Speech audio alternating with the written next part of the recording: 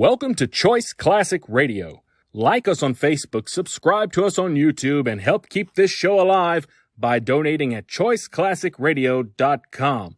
For more of your favorite old-time radio shows, join us on our companion podcast, Choice Classic Radio, Mystery, Suspense, Dramas, and Horrors, where we bring to you the most mysterious tales that the golden age of radio had to offer. And now, with 116 episodes made, broadcasting from 1949 to 1953, we bring to you Richard Diamond, Private Detective.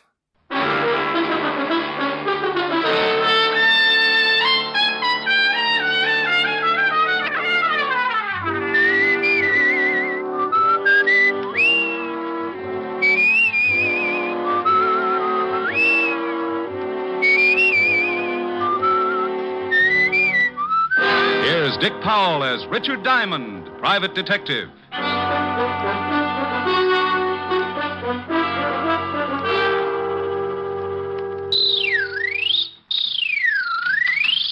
Is this the Diamond Detective Agency? Yeah.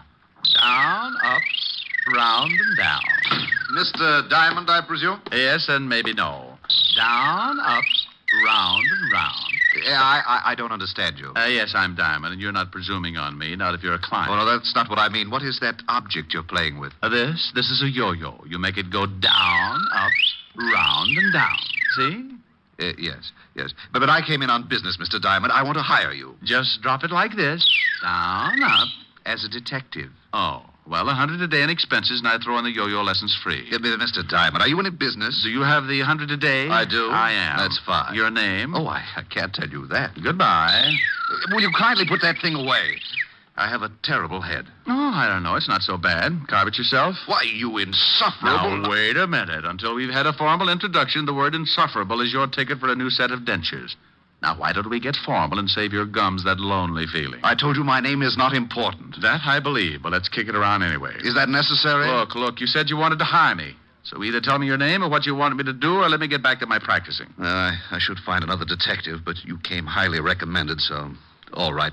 You can call me, Johns. Other wife? What? Forget it. The initials on your briefcase read J.B. Oh, it's one I borrowed. So now that I've conquered your coyness, what's the pitch? Pitch?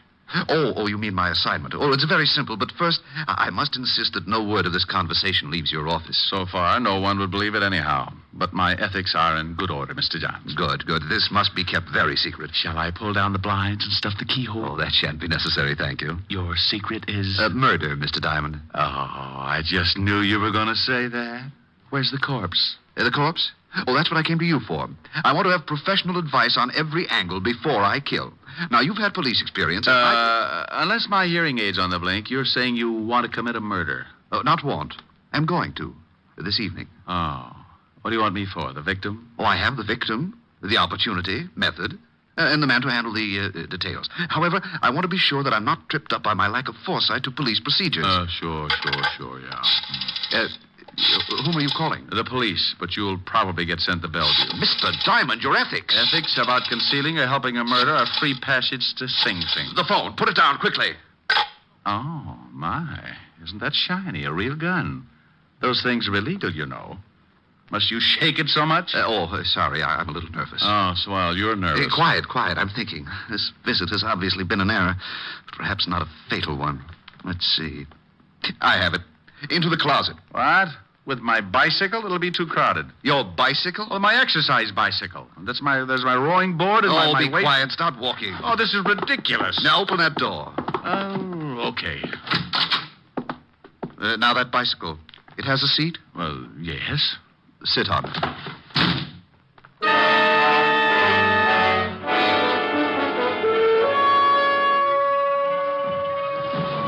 So the Diamond Detective Agency sat in the stuffy closet listening to the sound of the desk being pulled over and jammed against the door.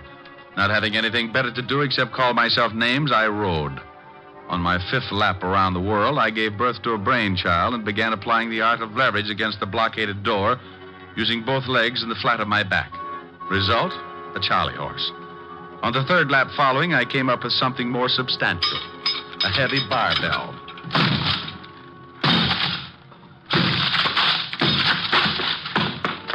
4 smashes and 3 torn ligaments later, the thin door collapsed over the desk, blocking it.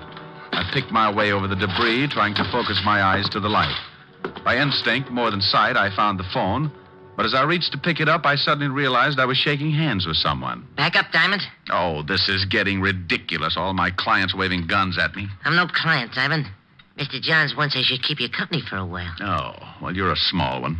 This gun makes me a big one, Diamond. Real big. That's why my nickname is Big Man, even though I'm only 4 feet tall. Well, maybe I could help you. I've got a lot of exercise things. Be funny or shut up. How about a few yo-yo lessons? Say, it's very funny. Shut up. Big man, what would happen if I took that gun away from you? You want to try? I was giving it a thought. But on second thought, no. Yeah, smart shamus. I can empty this magazine in your stomach before you make 2 steps. Rick, I didn't know you had a client. Take it easy, Diamond. I got a gun in my pocket. Helen, baby, come in. Meet Big Man McCarthy, an old pal from PS 69. Big man, this is Miss Asher. Oh, yes, delighted, Mr. McCarthy. Hey, same here, chick. Say, pal, you got good taste. Some built. Oh, such a flatterer. Rick, what happened to your closet? The termites broke my non-aggression pact. What's on your mind, baby? Well, I came to see if you were ready for the benefit tonight. You are, aren't you? Oh, well, am I? Just watch this new yo-yo trick. They call it round the world. Oh, wonderful. Oh, Rick, you know so many things. Where'd you learn that? A PS-69, of course. Where else, Mr. McCarthy? Do it again, Rick. I want to see how you do it. Sure, baby, just watch. You take it in your hand like this and throw it out like this. Rick, you struck that poor little man. No. Well, that poor little man had a big, nasty gun in his pocket, and it was pointed right at my breakfast. Why, that's horrible. Why didn't you hit him harder? He might have hurt you. Oh, darling, are you sure you're all right? I'm sure, baby. Would you send for the police? He should be behind... Now, look, Helen, this is my department. You go along with your errands. Rick, he's dangerous. Helen, will you go away? I have a few questions I want to ask this little hood, and you'll be of no help, believe me. Well, all right, but you be careful. Oh, and about tonight. It's not at my apartment, but the Parker's penthouse up above in the same building.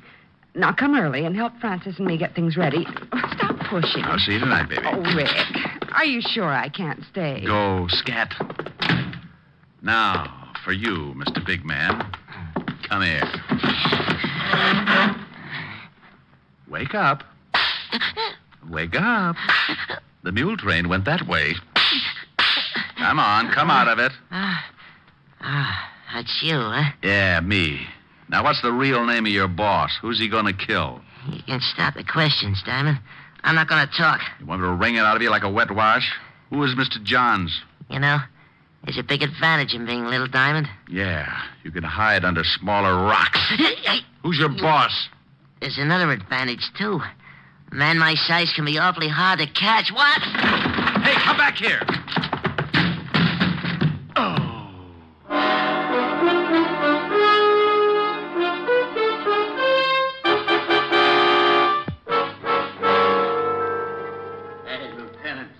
Shaman. He never looked so good. Shut up, Otis. He's really been worked over.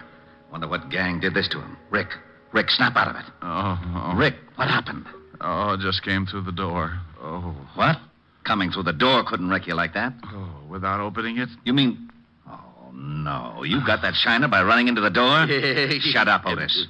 Okay, Rick, where's the body? Beside you. Now, that's Otis. I mean, where's the corpse? The corpse isn't a corpse yet. Otis, get my bicarbonate. Hey, Yellowton. Go on, Rick. The corpse isn't a corpse. Tell me, what is it, a ghost? Exactly. Otis? Hey, Yellowton. Now, Rick, do me a favor. Please tell me what you're talking about. Oh, you aren't trying, Walt. All I said was that the corpse isn't a corpse yet and that it's a ghost, because I don't know who's going to be the corpse. Rick, before I go stark raving mad, will you tell me what you're talking about? Well, a man came into my office this morning, said he was going to commit a murder. Threw a gun on me when I started to call you. Locked me in a closet. I broke out only to find he left this little man, Big Man, the midget who just ran out of here. Stop, please. So Helen came in. I turned the tables on Big Man. She left. I asked questions, drew a blank. Big Man started to run. Why didn't you nab him? He ran through the door. I ran into it. You're up to date. I'm up to date. Get him. I'm up to my ears in confusion. So we've got a man who's going to murder someone. All right, what's his name? He said Johns, but it's a phony. Initials on his briefcase read J.B. Say, Shamash, what do you look like? Otis, do you have a son? Oh, you know I don't. Well, that's what he looked like. Rick, are you sure this J.B. is planning to kill someone tonight? Well, if he isn't, he sure took a lot of pains for nothing. Let's get down to headquarters. I want to check the files. Okay, but we don't keep files on ghosts. Oh, by the way, why did you come up here? Helen called. Said you were holding a pigeon for us. Oh, lovely girl. I'll say. Can I have a dance with her at the benefit tonight? No, Otis. I think I better fix you up with Francis. Swell. Otis, you gravelhead. Francis is a butler. Oh, it's all right, Lieutenant. I like them foreign dames.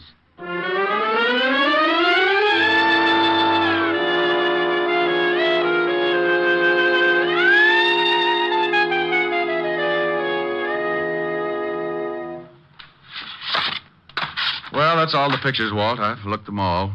Johns doesn't have a record, neither does Big Man. Well, they wouldn't.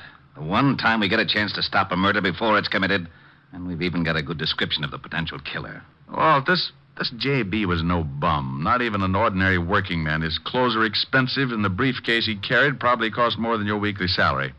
Now, it's an even bet he belongs to the social upper crust. That or close to it. Well, that would narrow the field a lot, but still... How about the newspapers, Walt? They have society reporters who know anyone who is anyone. It's a long shot, but name me a better. You could go through the newspaper logs. They might have a picture of Oh, some... no, Walt, no pictures. I'm nearly blind from looking at pictures now.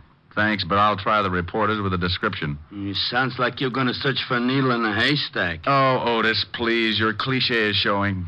Ah, that's screwy. You can't kid me. Only dames wear cliches. How could mine be showing? Sergeant, when you die, will your brain to a clinic. Maybe they'll discover a cure for it. Ah, lay off. Besides, I got a good idea for your investigation. I wouldn't miss hearing this for my next 2 issues of Batman. Yeah, I was thinking you could maybe save a lot of time if you got an artist to draw a picture from your description. They do it in all the movies and catch crooks easy. Otis, how would you like a transfer Hey, to Walt, Staten? wait a minute. He may have an idea. I know where there's an artist who could sketch J.B. from a description. It's crazy, but you may as well try it, Rick. Otis, you can drive him there. Lieutenant. Tell him yes, Walt. I can't stand to see him cry. All right, Otis, you can use the siren.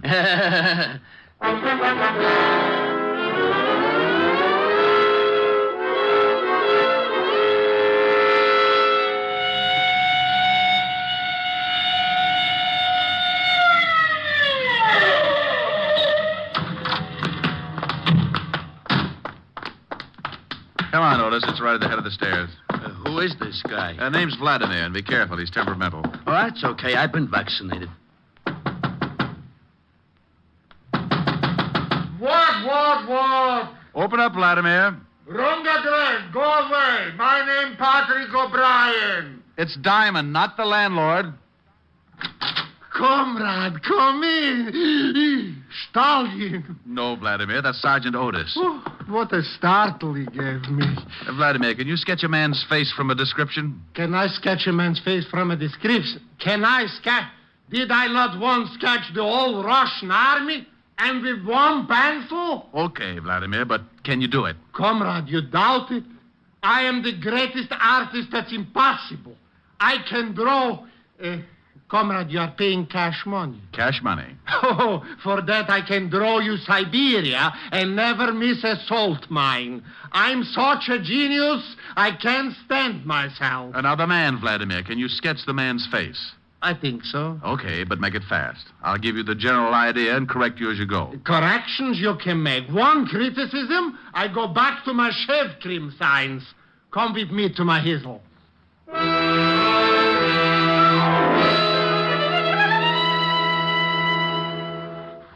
Well, almost, Vladimir, but the nose still isn't quite right. Make it look a little more like a pickle. Sweet? Dill. Off that side, just a pinch. Oh, like this? Yeah, you've done it. That's him. Now, how much do I owe you? For you, comrade, $100. What? $50. A buck. Sell my genius for $1? I die first. $1.25. Comrade, please, I'm a capitalist now. $1.50. Last price. I wouldn't get... Last price, I take it. But I may die. If you do, give me a call. It's a good job, Vladimir. Of course. Was I not the artist to sketch the Tsar himself? Of course, it didn't pay so well, but was great honor. Looks pretty fuzzy to me. Comrade Diamond, your patronage I appreciate. But if you must bring along this peasant, don't. Even his face makes me sick with the repulse. Otis, come on. You'll have to pardon him, Vladimir. Whenever his shoelaces come untied, his brains slip out. See you later. Ochichornia, comrade.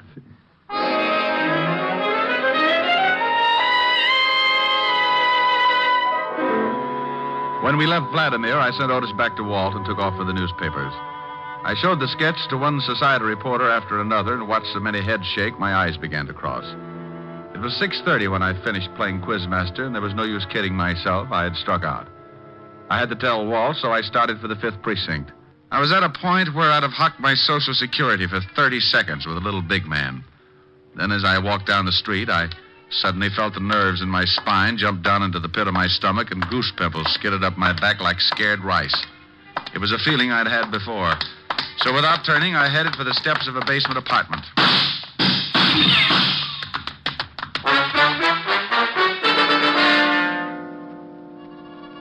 Well, I got my meeting with Big Man all right. It came within inches of being a vamp into a Gabriel solo.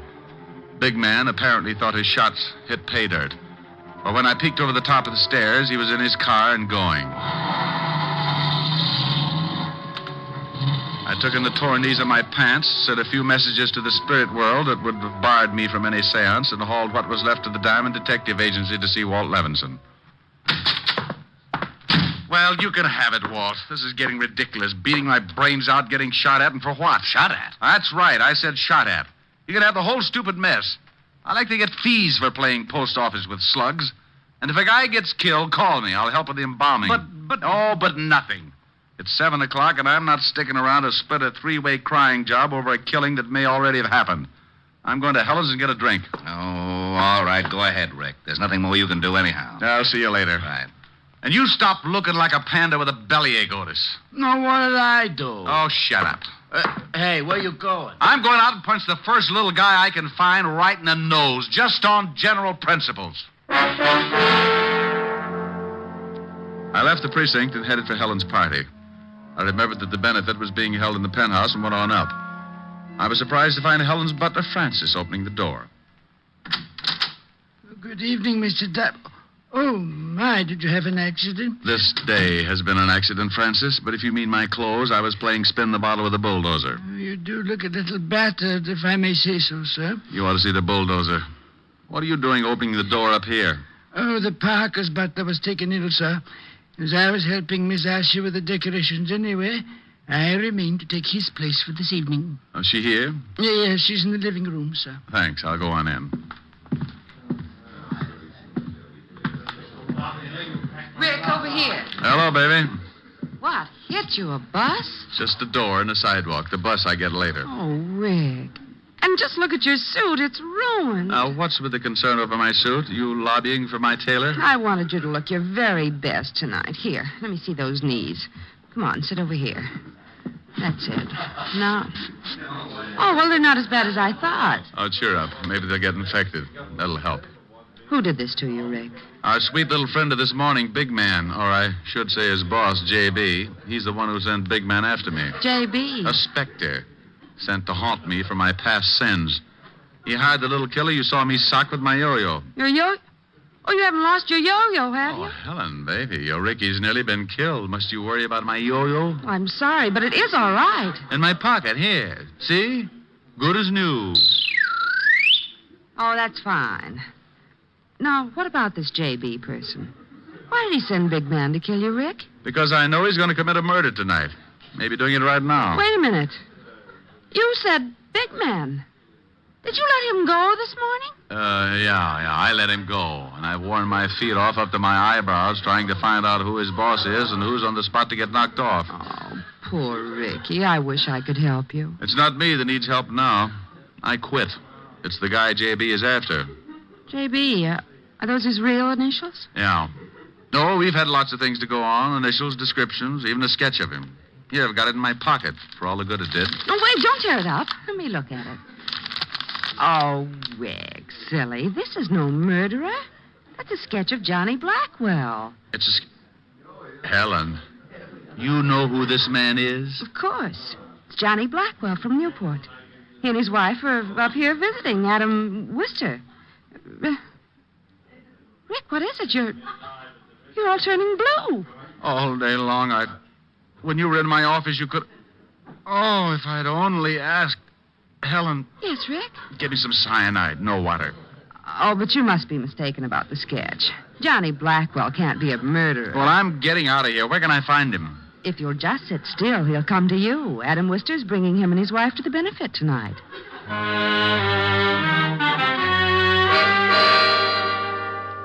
Well, that's the way this screwy world works sometimes. 1 minute you're on your uppers. With a stick of bologna, you're trying to hold off 3 guys with swords. Then Kismet makes a switch and tags your side for a gain and you're living. I called Walt to pass on the good news, and in 8.5 minutes by the clock, he joined me with Sergeant Otis in the kitchen, from where we could peek out at the growing crowd. Let me take a look, Rick. Has Blackwell come in yet? Stay back. I'll let you know. Otis, get out of that icebox. Oh, I'm hungry. You heard me. Oh, there's fried chicken, Lieutenant.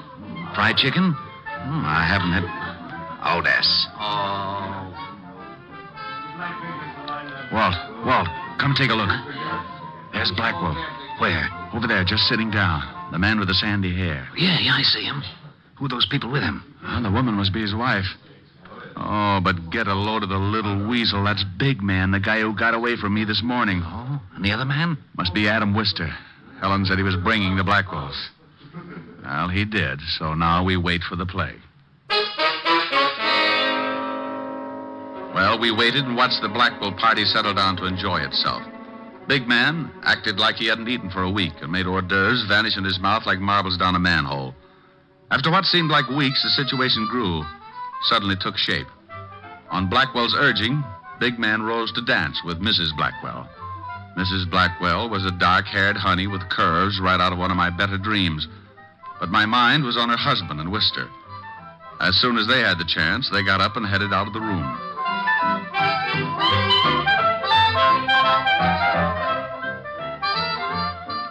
Watch them, Rick. They're headed for the library. Come on, this way. Through this door and down the hall. Well, Adam, it's nice to be visiting you again. We're glad to have you, Johnny. We're sorry to hear about your losses in the market last year. The story here was that you were cleaned out. Hey, Diamond, what's he saying? Shut up, Otis. Oh, I still have a little money, Adam. In fact, I'd like to buy back in with you as a partner. You don't have that much, Johnny. And your wife won't give it to you. She may, Adam. She may, and quicker than you think. Walt, come on. We picked the wrong victim. Let's find the big man.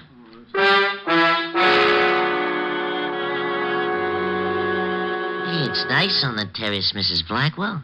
Yeah, real nice out here. I don't like it. It's chilly. Oh, it'll warm up, Mrs. Blackwell. No, I'm going back in. Better not. I don't like the way you're acting, big man. Get out of my way. Get back and shut up. How dare you talk to me like that, you little... Now I'm big, Mrs. Blackwell, real big. A gun? What in the world? I'm gonna kill you. Kill me? Yeah. Only it'll look like an accident. Oh, this is ridiculous. What kind of a joke is this? It's no joke, Mrs. Blackwell. Your husband don't think it's no joke. He wanted me to tell you he was real sorry. Now I'm gonna kill you. You mean it? You really mean it? Yeah, sure, Mrs. Blackwell. Mr. Blackwell needs your dough, bad. Back up. He can have it, all of it. Only don't kill me, don't. Sorry, Mrs. Blackwell, too late. Now start back. Please, please. Over to that wall. You're gonna play Humpty Dumpty. That's right. Now get up on the wall. No. I'm a guy who's willing to help you. Me too. Diamond, why you... Catch the girl, Walt. Big Man's mine. He was going to kill me. All right, Mrs. Blackwell. Take her inside, Otis. Rick, you okay? Yeah, getting my hands on this little rat was better than a year's vacation. Well, we sure heard enough to give both him and Blackwell a long vacation on the state. Keep him on ice. I'll collect the other one. I'll be delighted. Oh, my jaw. Oh, waking up? What a shame. What a lovely party. I do love these informal get-togethers, don't you, big man? It was short but very sweet, the wind-up of the no one was murdered case. The score was the kind to make you forget you didn't get a fee. 2 killers caught, no victims. When I saw Walt take the little big man, not so big without his gun, and his boss Blackwell off to the Bastille, my worries melted like a snowman in a blast furnace. And speaking of melting, the lovely Mrs. Blackwell showed signs of being upset. So, what could I do but console the pretty little thing? Oh, Mr. Diamond, I think you were so wonderful and brave. Oh, you show a few nice points yourself, Mrs. Blackwell, and call me Rick. You saved my life, Rick. And call me Rita. You can get to the point quick. Why, Rita. Oh, there you are, Mrs. Blackwell. I know you must be terribly upset. Oh, Rick has been a great comfort to me. I'll bet he has. But I've arranged for Francis to take you home. Now. Now? Oh, well, thank you, Miss Asher. And Rick, Yes? don't worry about the name calling. Just say, hey, you. I'll know what you mean. I think I know what you mean. By you. Well, So help me, I'm innocent. with lipstick on your collar? That Otis, I've warned him to be careful with my shirts. Mm-hmm. Mm-hmm. Well, time for my yo-yo act? Your act. Oh, Rick, about that... No, now, look, I've worked my finger to the bone practicing. Don't tell me. Why, you specifically asked me to be here tonight. I know. And come on with me over to the bandstand. Oh, no, you don't. I'm an artist tonight, not a singer. No sing, no yo-yo. You mean if I sing, I can do my yo-yo act? If you make it pretty. It's blackmail, but I'll do it. Well, you stay right here. I want to talk to the orchestra leader. Okay, I'll practice.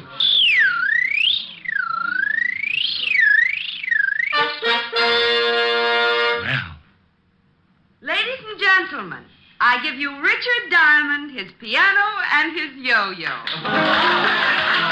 Sing good, Rick. like a robin with a sponsor. Are the stars out tonight? I don't know if it's cloudy or bright, 'cause I only have eyes for you, dear. The moon may be high, but I can't see a thing in the sky, 'cause I only have eyes for you. I don't know if we're in a garden or on a crowded avenue. You are here, so am I. Maybe millions of people go by, but they all disappear from view. And I only have eyes for you.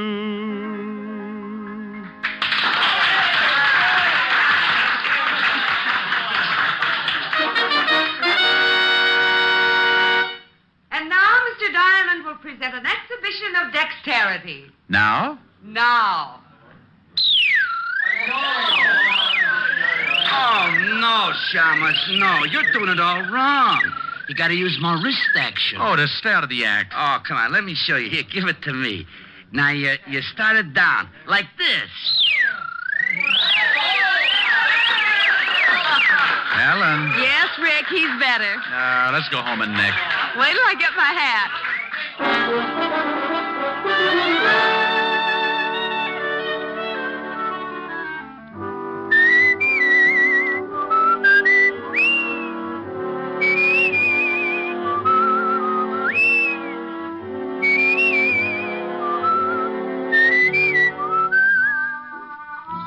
You have just heard Richard Diamond, Private Detective, starring Dick Powell.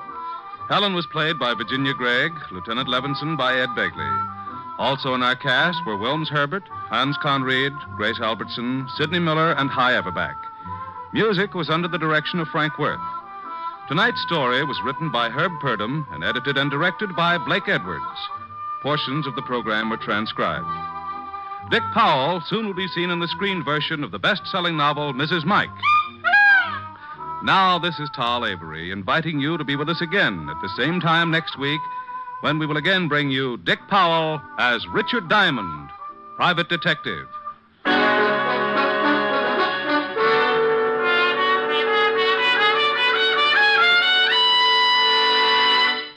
Saturday night is packed with entertainment when you stay tuned for NBC's star lineup of shows. There's always a program of interest on NBC. Now stay tuned for Edward G. Robinson and the Hollywood Star Theater on NBC.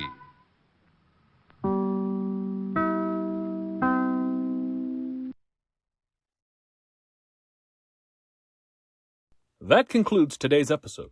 We'd like to thank you and remind you to donate at choiceclassicradio.com. Remember, your donations make episodes like this possible.